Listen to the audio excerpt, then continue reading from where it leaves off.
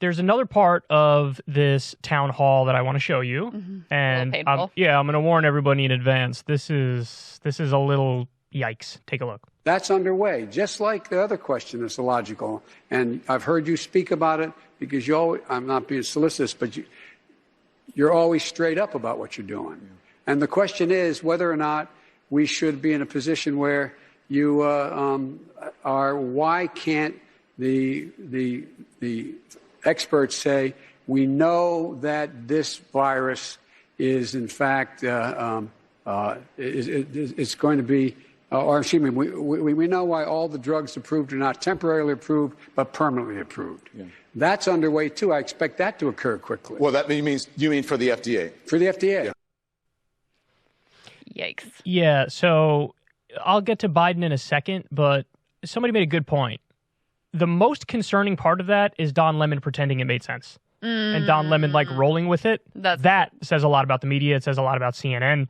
But listen, when it comes to Biden, I mean, what do you even say? I don't even see a counter argument at this point where somebody could be like, not, bro, he's got a stutter and the thing happened. And I don't even know what you're talking about. He's totally fine. This is just like he's always been. He's just always been like this. Yeah, the Don Lemon thing is a good point because not only does he pretend like it makes sense, he kind of feeds him the line. Right, yeah. Kind of covers for him. You mean this thing that you didn't say at all and you babbled through for 47 minutes? You mean that thing? Yeah. Yeah. Right, yeah, the thing. That thing. Right. That's the one. That's what I meant. Yeah, it's it's painful to watch, number one. Number two, it's just very weird how it was okay to talk about during the Democratic primary, Julian Castro and a lot of Do you remember what you just said 5 seconds ago? You don't remember what you just said? Right. A lot of mainstream commentators felt perfectly comfortable weighing in on he's kind of lost a step from when he was just torching Paul Ryan in that vice presidential debate and how good. I mean, this guy used to be really good on the trail. And he's always had his gaffes and unintentionally said things that he probably shouldn't have said. But you never saw anything like that. And it has nothing to do with him having overcome a stutter as a very young man. So it's just interesting to see moments like this and know that no one in the media is going to be willing to say an absolute word about this. And look, I think for most people, even if we had an honest conversation about Joe Biden's mental state and where he is at this point in his life as he, ages and moves on into his golden years, I think that most people would have still said, I choose that affirmatively over Trump, who also is a raving lunatic and says all kinds of things that don't make sense all the time. We could have had that honest conversation. It's just weird that it's now totally taken off the table and the media just pretends that this isn't happening. That's so clearly happening. Well, that's the part that people on the right will never acknowledge because they would make the argument if only people knew and we discussed this honestly about Joe Biden, then Trump would have won. And it's I think most people knew and they were I'm still picking that dude over the crazy motherfucker who any minute might launch a nuke on Botswana. Right. You don't know what the fuck Trump is going to do when I remember when I woke up one day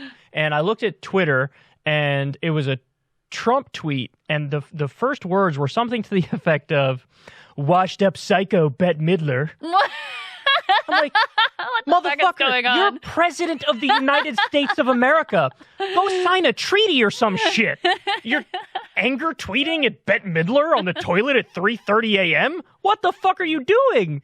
What are you doing? So anyway, when you compare, sweet old grandpa who's tripping over his dick every other word and, a megalomaniac narcissist who at any minute would press the red button, people were like, nah, I guess I'll go with the grandpa. And that's to say nothing of them policy-wise, but in terms of the optics of it, and how a totally, non-policy educated voter would look at it, that's what they would think. And when it comes to Biden, listen, one word, drugs. When I see that, I think there's only one thing that can save you now, dog, drugs. Get this man some Adderall, get this man, I don't know enough about that realm of drugs. There might be some, I don't know if it's an antipsychotic medication or there's something that can make him more whip smart for a short amount of time before he gets on that CNN stage. And I do think that Joe Biden probably took something before the Bernie debate and even before one of the Trump debates, because when he was debating Bernie, he went from not knowing where the fuck he is to all of a sudden he was back in 2012. Yeah. I do think, like, I'm sure that he has the best minds around him working on what that right cocktail is. But sometimes, sometimes when you take the mix, it really lands for you and you end up with that Bernie debate. And sometimes you take the mix and the fog doesn't totally go away. Okay. Just so everybody knows, I promise you, I'm not making a comparison between Hitler and Biden.